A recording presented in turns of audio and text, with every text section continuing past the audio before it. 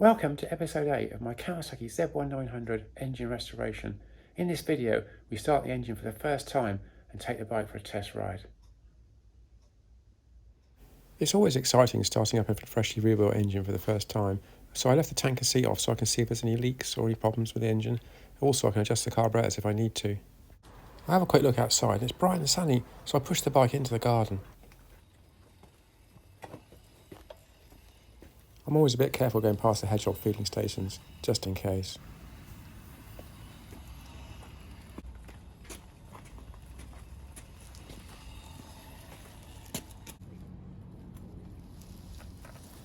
With the bike on the centre stand, I'm ready to prime the carburetors with fuel. My friend gave me some aviation fuel. This is Avgas 100 LL, and it's perfect if you're not going to use the bike in the winter period, because when it goes in the carburetors, it doesn't evaporate, leaving behind residues like conventional petrol. The bank of 4 carburetors are fitted with twin filling pipes, so I fill each one in turn until the carburetors are full.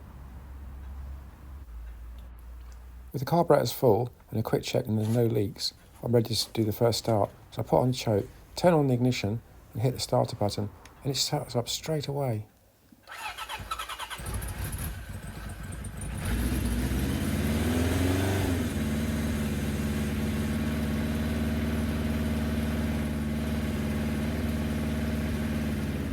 After a short while I release the choke a little bit.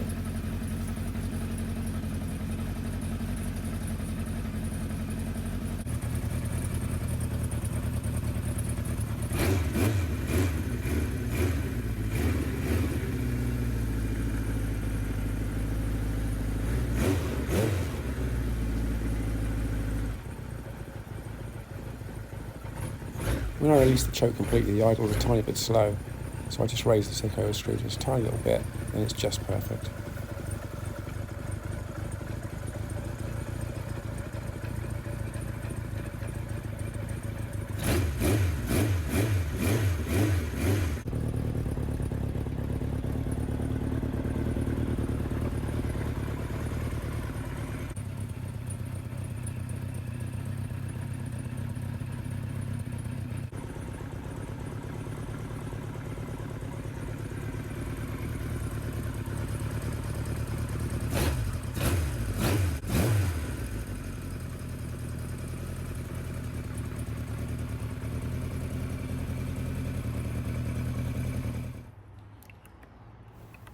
Well, the engine seems to be running really well and there's no oil leaks, which is really good. So now I'm going to quickly check its charging. So I connect up my vintage Avo meter to the battery.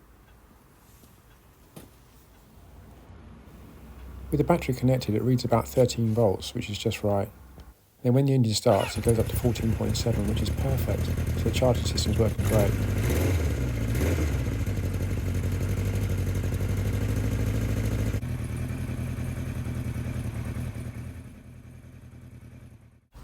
The hedgehogs are still coming every night, eating all the food that we put out. They're right messy little things, though they end up using it as a toilet as well, which is really strange. After cleaning up all the mess from the hedgehogs, Tracy goes to feed the birds. They eat so much food. She also tops up several water containers because it's really important to have fresh water in the garden. I have another look around the engine and there's definitely no oil leaks, so I'm really pleased about that.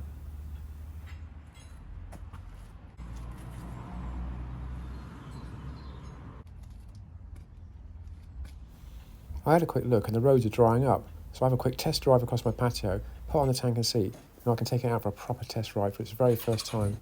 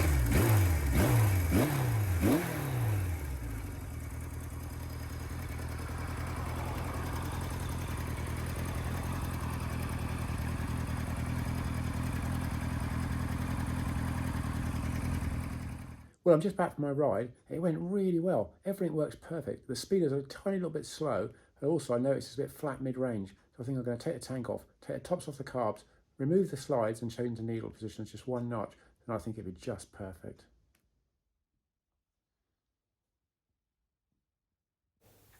I did 22 miles on my first test ride, and the engine ran really nice the whole time, except for the flat spot in the mid-range. So I think I'll just pull the spark plugs, have a look at the colours, and see if the mixture's lean or rich.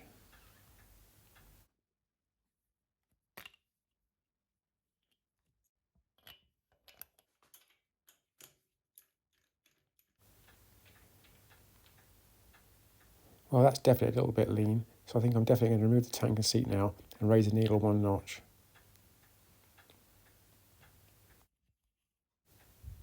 The bike starts and idles perfectly, so I'm sure the pilot jet's okay, and it pulls strong on the main jet. It's just a slight bit of a flat spot at mid-range just as you're accelerating, so I think raising the needle will definitely cure this problem.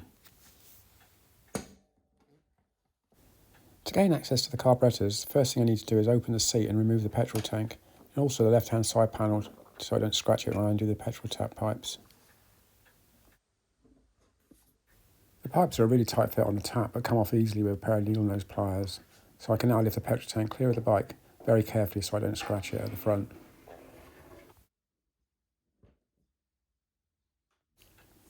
With the tank removed, I can get to the top of the carburetors easily with my JIS screwdriver. I undo the two screws securing the top cap of one of the carburetors. The internal linkage is now exposed, so the first thing I need to do is to loosen the bolt at the back that secures it to the pivot shaft and remove this bolt.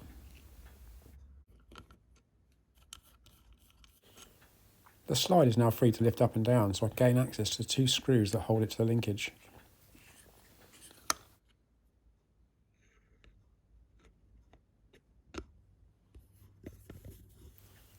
The screws are quite tricky to get to, but they come undone quite easily. Then I found it's easy to magnetise my screwdriver like I showed in the previous video, so it sticks to the screws so I can lift them out of the carburetor slides.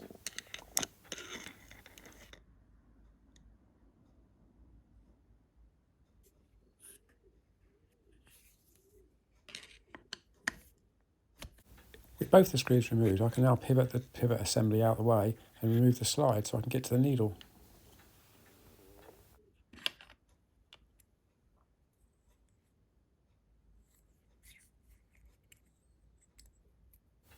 And here's the needle with its clip set in position number 3. So what I'm going to do is move it down to position 4, which effectively raises the needle to allow more fuel through.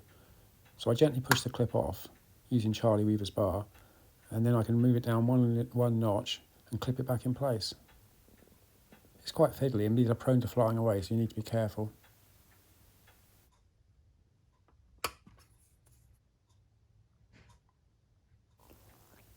So now I can refit the needle in the slide and put the slide back in the carburetor and connect up the linkage.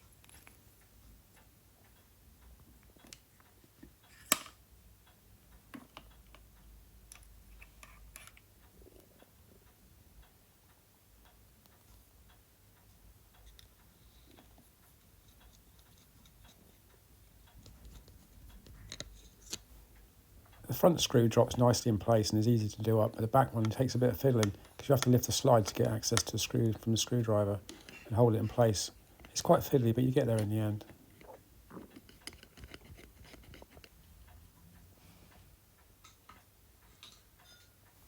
With the two screws tightened, I allow the slide to drop down into the carburetor body, and I insert the bolt and secure the linkage to the shaft, tightening the bolt tight with my T-spanner. Then I can bend the tab washer over using my pliers.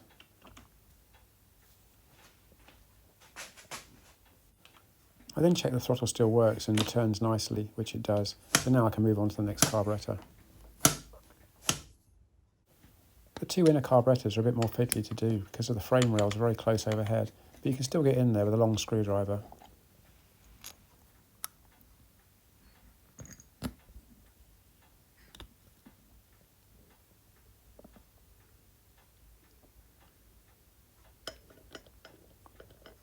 The procedure is exactly the same as before, so I remove the bolt from the pivot where it locates into the shaft,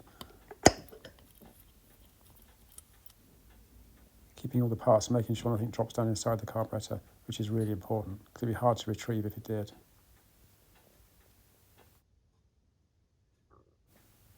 I set the clip to the slightly richer position 4,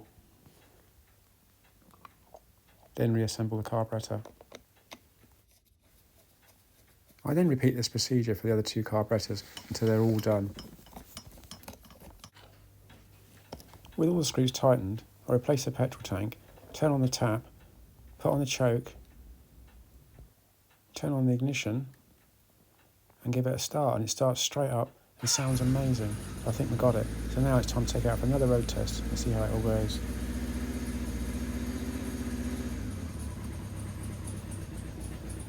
It certainly feels more responsive than it did before. Picks up really quick now.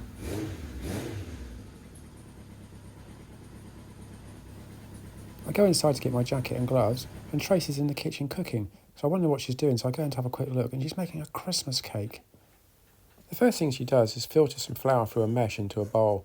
Then she adds some spice. The mixed fruit has been soaking in whiskey overnight, and Charlie's looking after the remaining bottle. She then weighs out some brown sugar. I've noticed she's using the big mixer, so this is going to be a big cake. I think Charlie's looking a bit worse for wear, although he is 63 years old. A few eggs are then added to a mixing bowl ready to be added to the mixture. She gives it a good stir first. She then rubs an orange and a lemon over the grater so the zest drops into the mixed fruit. And then she adds some treacle. The whole lot's then tipped into the mixer and giving it a good mix up. The mix is mixed up in the mixer for quite a while, and when it's done, it's tipped out into a baking tin and covered with a piece of paper with a square hole in the middle. It's now ready to go in the oven for a long time, I think around 4 hours. But it's soon done, and when she gets it out, it looks amazing. Then she sticks it with a shiny spoke to check that it's cooked. It all comes out clean so that it is. So now we can get on with rolling out the marzipan to put on top. She first paints the cake with some sort of glue, I think it's marmalade. Then the marzipan goes on top, and she pats it all down and smooths it out and makes it look just perfect. Then she adds some icing and some decorations, and it's all done. I put on my jacket, helmet and gloves, and they're all ready for the second test ride.